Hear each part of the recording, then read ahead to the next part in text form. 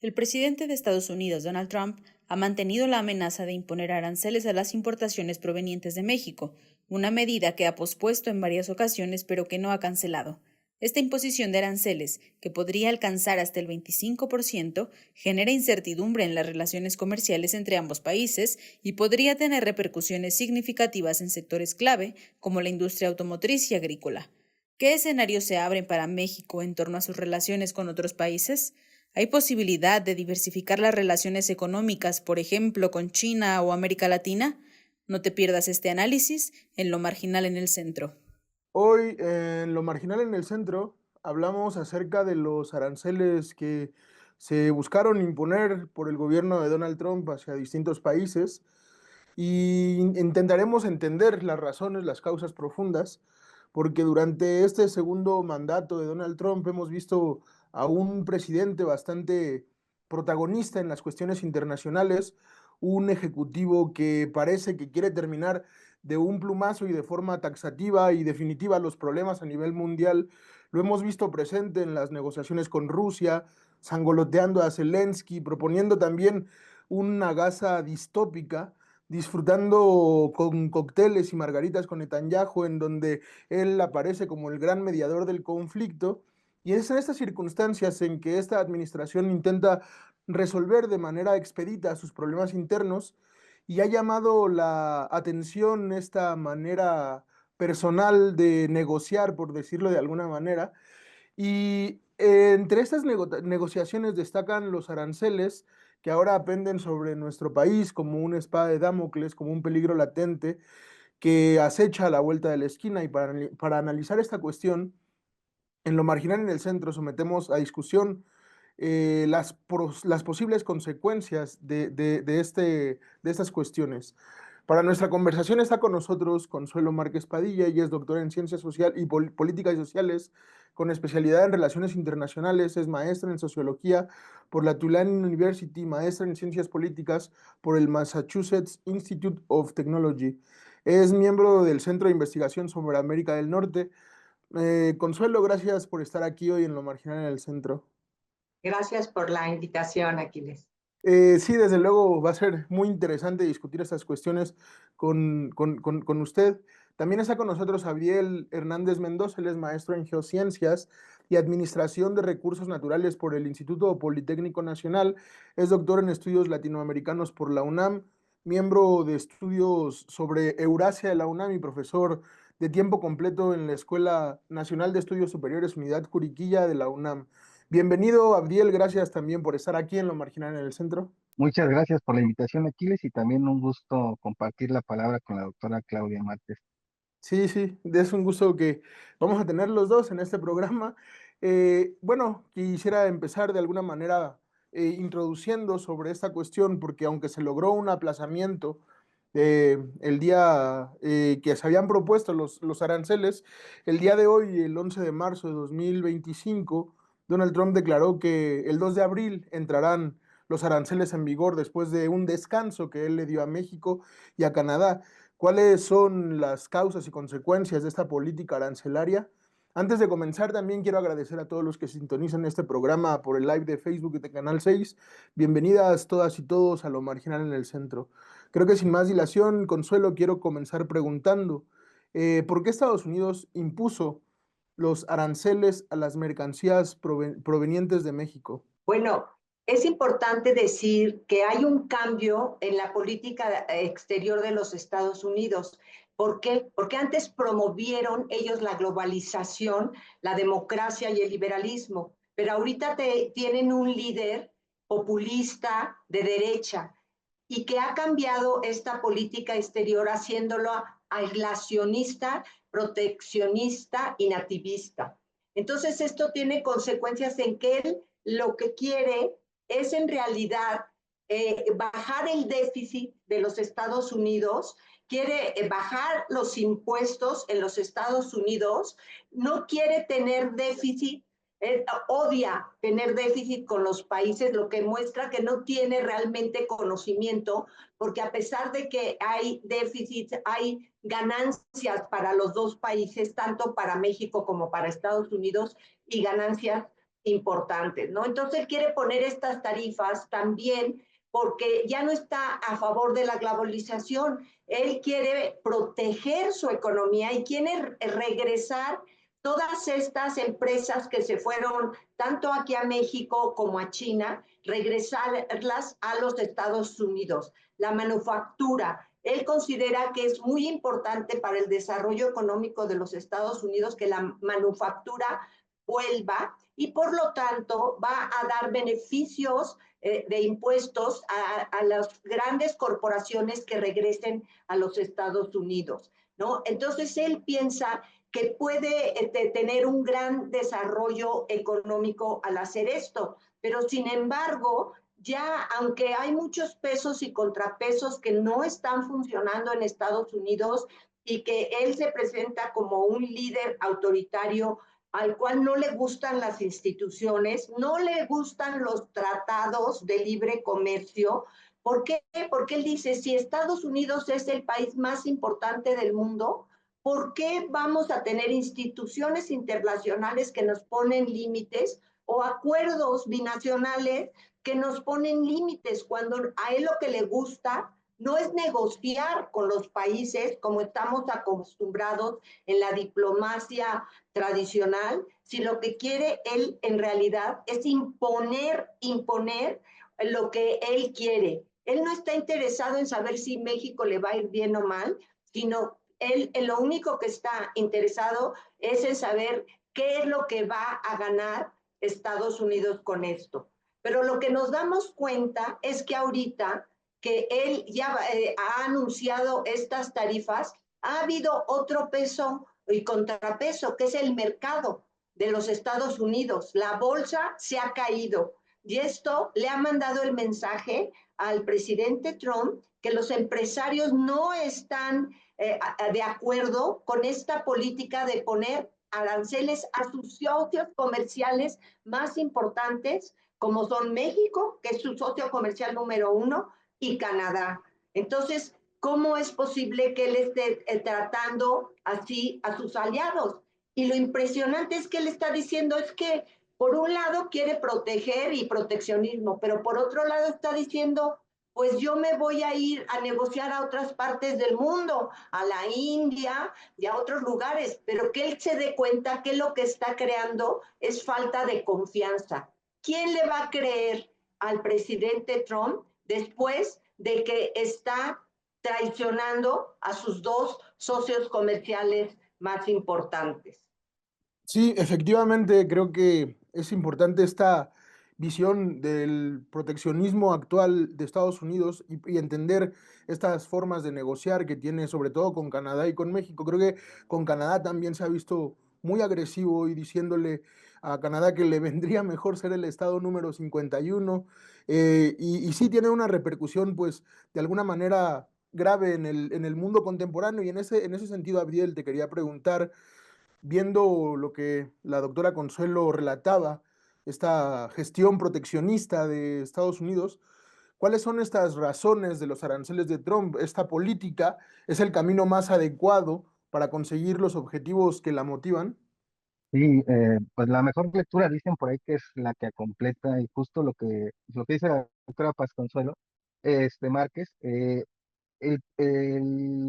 populismo de Donald Trump no es algo nuevo. Y eso lo vimos con el séptimo presidente estadounidense, Andrew Jackson, ¿no? Por eso se dice que trae un enfoque jacksoniano, Donald Trump respecto a lo que es el populismo económico, la defensa agresiva de los intereses nacionales, en donde pues los procesos de expansión prácticamente se empiezan a desarrollar desde ese punto. El hecho de que le diga a Groenlandia que lo quiere comprar o que quiere que también sea parte de su territorio, el hecho también de ir a establecer ciertas directrices a Sudáfrica, respecto a los intereses de los latifundistas, por decirlo de alguna manera, estadounidenses dentro de Sudáfrica, marcan parte de ello. Y algo que ya estaba comentando la doctora Consuelo es ignorar los mecanismos multilaterales. A Donald Trump no le gusta negociar en bloque, le gusta negociar vis a vis porque es donde se siente cómodo y lo hace precisamente con los puntos de dolor de cada uno de los estados. Sabe cuáles son las necesidades de Canadá y precisamente sobre las necesidades de Canadá es precisamente desde donde hace las negociaciones. Sabe que para México uno de los problemas es el narcotráfico y precisamente con el narcotráfico y las cuestiones de seguridad es con las que hace ese tipo de negociación. Ahora, parte de esto, en términos de lo que hace Donald Trump, es vincular agendas no comerciales con las concesiones económicas. ¿A qué nos referimos con esto? Bueno, la migración y el narcotráfico que tendrían que llevar otro camino y otra agenda, las vincula con la cuestión económica, las mezcla en el mismo sentido como si todo esto se resolviera precisamente con medidas arancelarias y automáticamente los problemas que son históricos, que son sistémicos, fueran a resolverse. Entonces estamos frente a una retórica totalmente confrontativa para también movilizar en vísperas de generar adeptos hacia las siguientes elecciones del 2026, porque acuérdense que ya estamos con una cuestión mediática bien interesante donde esto no termina, ¿no? Llega alguien a la elección y prácticamente, y no sucede solamente en Estados Unidos, ya está en campaña electoral para las siguientes campañas, por decirlo de alguna manera, y es un modus operandi, ¿no? Pero lo que está también dejando de ver son fallas dentro del control migratorio estadounidense. Pese a al despliegue que México ha concedido con la Guardia Nacional en el norte de la frontera, se sigue diciendo que hay migración, entonces no ha funcionado parte de estas medidas. Otro de los elementos es el tráfico de fentanilo, que, bueno, según las fuentes oficiales de Estados Unidos, la mayor parte o casi todo el tráfico viene de México. Sin embargo, menos del 1% ha sido interceptado. Entonces eso también habla de las fallas al interior de los mecanismos de seguridad que tiene Estados Unidos y que no, digamos, no están siendo evidenciados, por decirlo de alguna manera.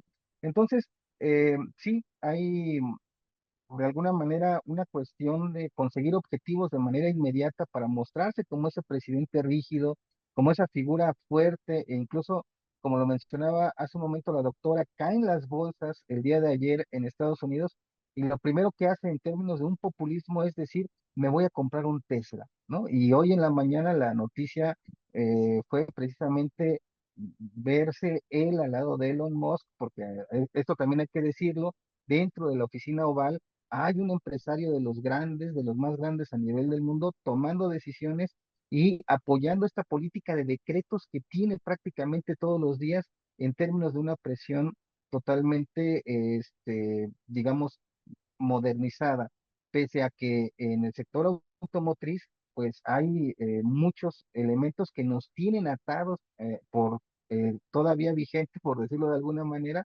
Tratado México, Estados Unidos, Canadá.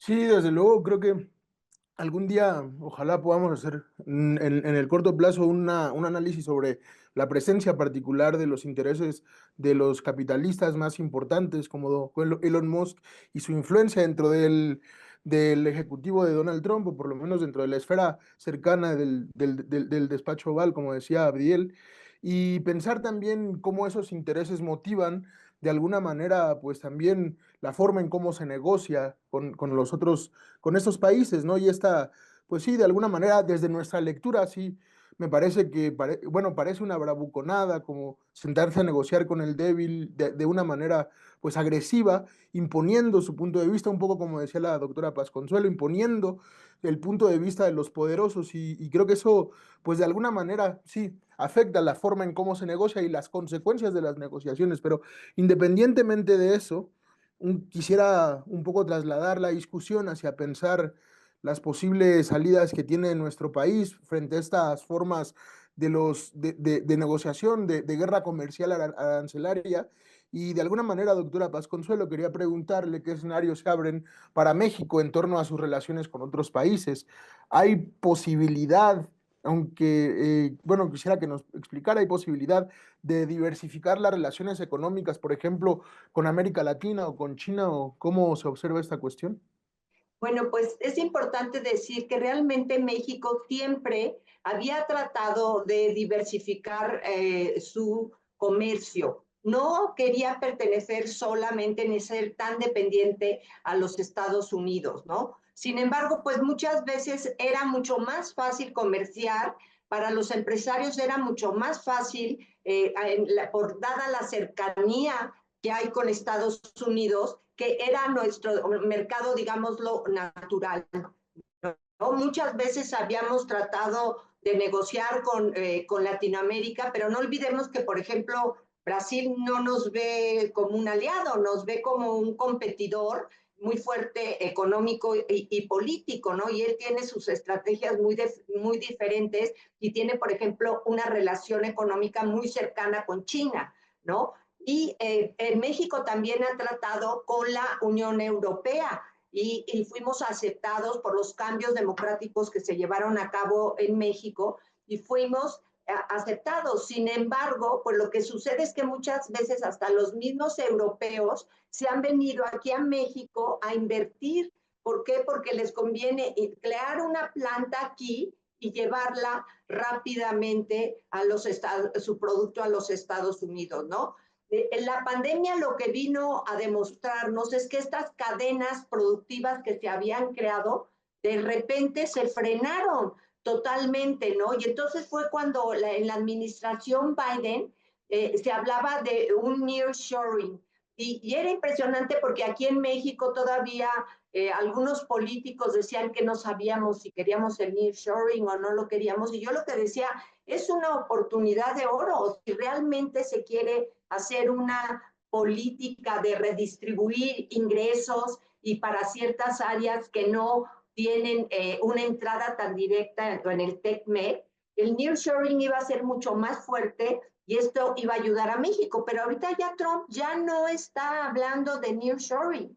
Eso es lo preocupante. Él ya en realidad se ha enfocado en desarrollar la economía de los Estados Unidos y cree que la mejor forma de hacerlo es haciendo este proteccionismo. Pero no hay que olvidarnos que antes de la Segunda Guerra Mundial los países se volvieron proteccionistas, como Estados Unidos después de la crisis del 29, y entonces esto desemboca en la Segunda Guerra Mundial. Entonces esto ahorita es muy preocupante porque lo que vamos a ver también es un cambio geopolítico. Estados Unidos ya no quiere jugar el papel de policía del mundo. Obviamente él está en contra de la Unión Europea, dice que no le gusta que haya esta unión, porque obviamente esta unión se formó para balancear el gran poder de los Estados Unidos. Entonces él prefiere negociarlo, como yo les decía, en forma binacional y no multinacional, como decía Biel, ¿no? Entonces, multilateral. Entonces, ¿qué es lo que pasa? Que ahorita vemos que está tratando de desbaratar estas regiones económicas que se han formado para dar una respuesta a la globalización. Y lo más impactante es que ellos fueron quienes promovieron, Estados Unidos, la globalización. Y el área, la región más productiva es la región de América del Norte. Y sin embargo, qué paradoja, que es Donald Trump el que quiere acabar con esta región y con esta relación de la globalización. A pesar de que Estados Unidos es el país que más se ha beneficiado con la globalización. Esto es una paradoja y lo que está sucediendo es que estamos yendo a un mundo multipolar que no sabemos en qué va a desembocar. Se van a formar diferentes alianzas y en ese sentido, por un lado, Donald Trump está en contra de que tengamos relaciones cercanas con China y por otro lado nos está empujando a que tengamos una mayor relación económica con China, ¿no? Entonces, no puede querer las dos cosas al mismo tiempo, porque una de las dos va a ser la que va a ser más exitosa, ¿no? O seguimos teniendo una relación y respeta el TECMEC, que nos ha beneficiado a México y que ha beneficiado a Estados Unidos, o tendremos que buscar otros mercados como la Unión Europea, Latinoamérica y China principalmente. Desde luego que en esta paradoja o en esta contradicción aparente que creo que sí hay una resolución que en realidad parece que nos está guiando a lo que, a lo que quiere que hagamos los Estados Unidos y que en dado caso que no se cumplan los acuerdos o las negociaciones que México pudiera hacer con Trump, pues otros elementos pudieran entrar en juego, ¿no? Por ejemplo, pienso en el poder que tiene Estados Unidos, que de alguna manera se puede hacer valer sobre México, pero bueno, en esta coyuntura, Abdiel, quiero preguntarte lo mismo que le preguntaba a la doctora Paz Consuelo. ¿México puede diversificar sus relaciones económicas con otros actores económicos? La Unión Europea, lo ponía la doctora Paz Consuelo, China, América Latina, pueden ser eh, actores económicos importantes a raíz de una hipotética puesta en práctica de los aranceles para nuestro país. Me parece que igual como dice la doctora Paz Consuelo, aquí hay algo muy importante. Estamos desde hace tiempo en la cuestión del sur de Estados Unidos compitiendo contra Brasil. Va a ser muy complicada una integración, por ejemplo, de repente hay alguien que dice, ¿por qué México no se va a los BRICS? Bueno, está Brasil dentro de los BRICS, que es uno de los competidores de México muy fuertes, que de manera muy complicada vamos a ver a México y a Brasil compartiendo liderazgos, y esto es algo no nuevo, sino que ya es histórico. Sin embargo, en la próxima reunión de los BRICS, Brasil Lula da Silva invita a Claudia Sheinbaum a participar también en este juego de estira y afloje, que no solamente es contra México, es contra Brasil, es contra Colombia, es prácticamente contra los que eran considerados sus aliados en algún momento Contra de Estados Unidos, Canadá, contra Canadá, ¿no? Que despide a Trudeau diciéndole que es el gobernador del estado 51, ¿no? Y que está teniendo una política bien interesante respecto a cada mes cambiar, digamos, la excusa del por qué ahora se van a elevar los aranceles, ¿no? Entonces, hoy es el narcotráfico, mañana va a ser la amistad con China, después va a ser otra cuestión, vamos a regresar al mismo punto, pero esta, digamos, continuidad seguramente la vamos a poder observar.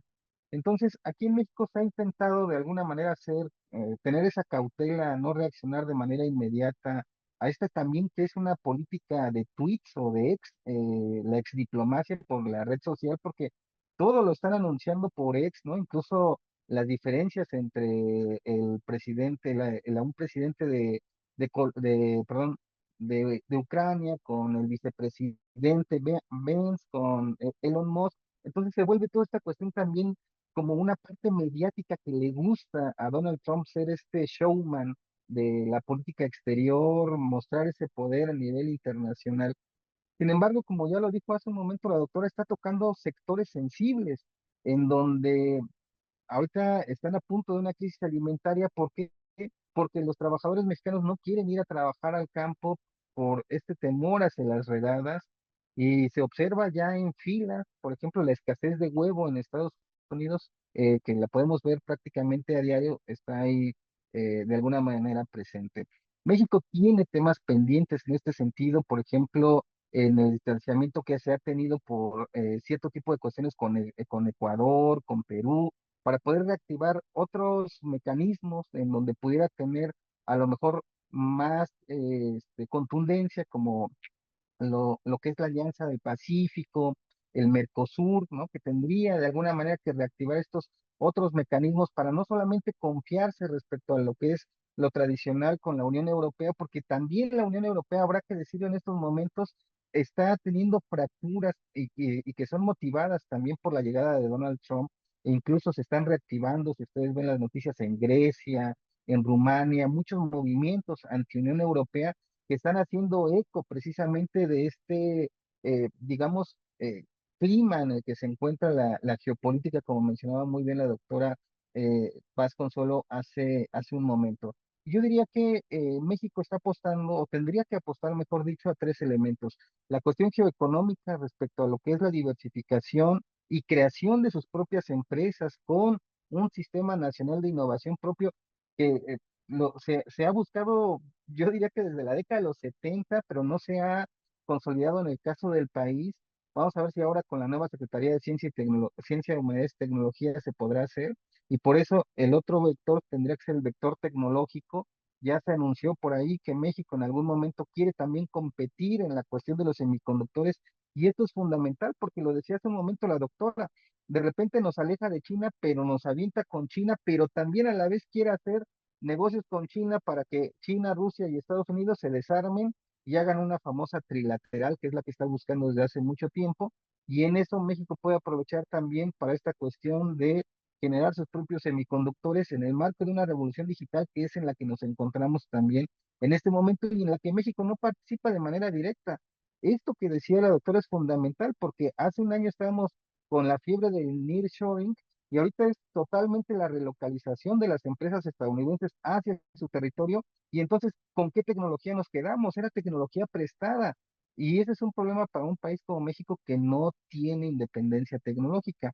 Y la otra, pues sí tiene que ser la cuestión diplomática, ¿no? Todo este tipo de medidas no arancelarias, en donde pues sí tiene que hacer presencia en lo que son los frentes jurídicos internacionales, en la cooperación internacional, en reactivar viejos proyectos de integración que se tenían olvidados y probablemente voltear a ver de nueva cuenta a América Latina y al Caribe.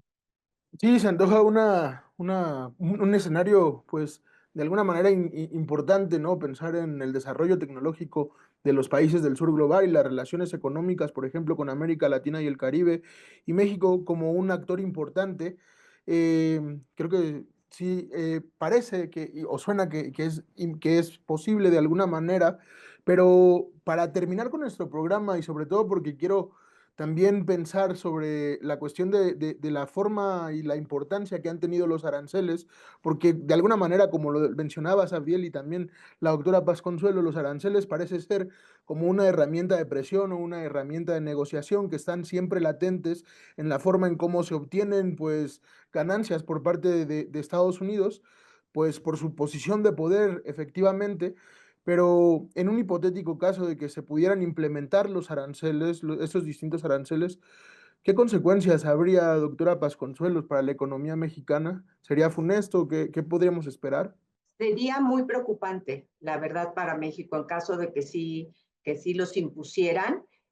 A mí me impresionaba un día platicando con algunos empresarios que me decían, es que no lo van a hacer porque es como darse un balazo en el pie. Pues no le está importando a Donald Trump darse ese balazo por una idea que él tiene. O sea, detrás de esto también hay una idea nativista de que quiere regresar a Make America Great Again. ¿Y eso qué significa? Que sea dominada por los blancos, ya no quiere migrantes. Si ustedes se dan cuenta, ahorita en los discursos de Donald Trump, se ha vuelto el enemigo principal, ya no el comercio de China, sino los migrantes mexicanos que son criminales.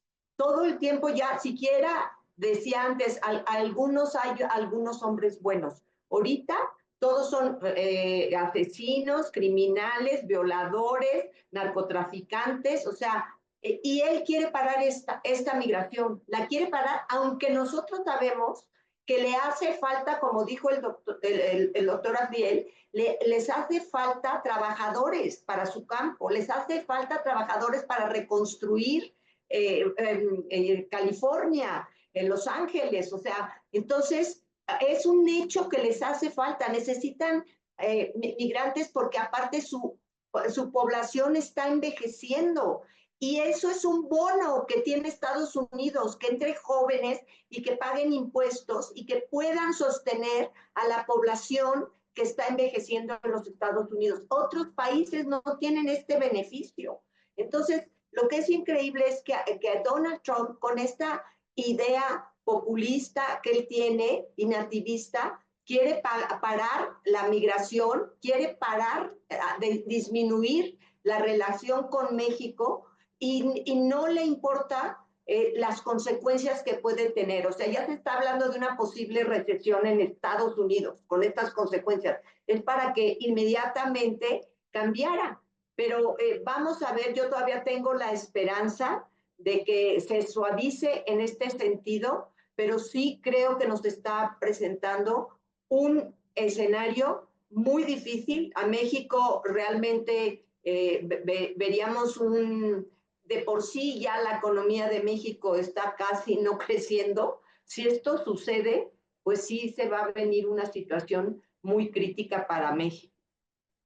Sí, sí, efectivamente, leyendo el panorama contemporáneo de la política impulsada por Donald Trump, me parece que es difícil no recordar la caracterización que hacía, por ejemplo, Humberto Eco del fascismo y de este fascismo eterno con algunas características particulares. Pienso en lo que decía de el odio, las políticas de demonización o de criminalización de los migrantes, poniéndolos en el punto de mira como lo peor de lo peor contra las minorías, los homosexuales, las personas disidentes que están en el blanco, en la diana de estas comunidades, ¿no? De esta gran América blanca, que es un concepto pues terrible para entender la realidad. Y en ese sentido también, Abriel, querría terminar el programa preguntándote sobre las hipotéticas consecuencias para ya no solo para nuestro país como México, sino también para los paisanos, para los migrantes, para los pobres del sur global que pues están siendo excluidos de este proyecto político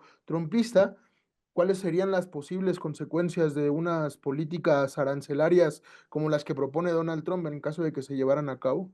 Sí, me parece que algo a lo que sí nos vamos a tener que acostumbrar es que cada determinado tiempo va a estar presionando Donald Trump con algún tema que se le atraviese con México. Insisto, ya fue la migración, el narcotráfico, vienen los temas de repartición de agua, ya sea por el río Conchos o el río Bravo. Algo se va a ocurrir, ¿no? Las cuestiones también que tienen que ver con los proyectos de infraestructura de regasificación de costa a costa que se los está encargando a México, pese a que México tendría que contaminar el mar de Cortés, por ejemplo, en este tipo de proyectos, y todavía pues tendría, podrían ser más fuertes en este sentido, ¿no? Lo mencionaba ya hace un momento la doctora Paz Consuelo, como de empezar a ver estas extradiciones masivas de no solamente mexicanos, sino también ya lo vimos con la cuestión venezolana, lo estamos viendo, por ejemplo, con los proyectos de reconversión de Guantánamo, a que no sea solamente esa cárcel a la que nos tenía acostumbrados a no recibir información, ahora ya nos está diciendo que va a ser una cárcel específicamente para las personas que se van a extraditar.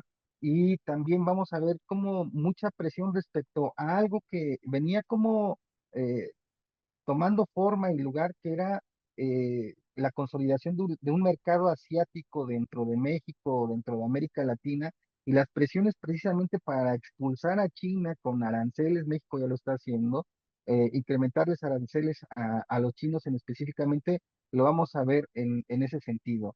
Otro elemento seguramente va a tender hacia la cuestión de exigirle a estos países la militarización de sus fronteras, más inversión respecto a lo que es la seguridad, porque lo dijo hace un momento en la primera intervención la doctora Paz, Estados Unidos está en un déficit, me parece que es el peor déficit de su historia, si no me equivoco, son más de 918 mil millones de dólares lo que tiene de déficit en estos momentos, está reduciendo gastos por donde sea.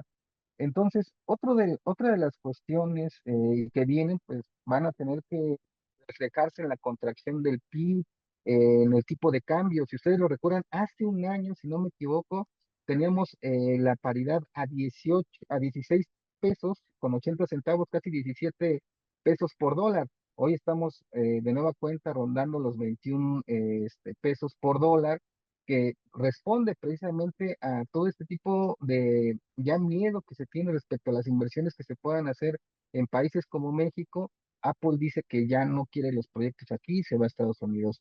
Tesla paró precisamente su proyecto en Santa Catarina, en Nuevo León, y se va a Estados Unidos. Nissan está viendo lo mismo, Honda está haciendo lo mismo, y por lo regular vamos a ver más cuestiones automotrices porque es lo que más nos tiene de alguna manera entrelazados, porque las autopartes se crean precisamente aquí en México y pues eso pues casi no se ve, ¿no?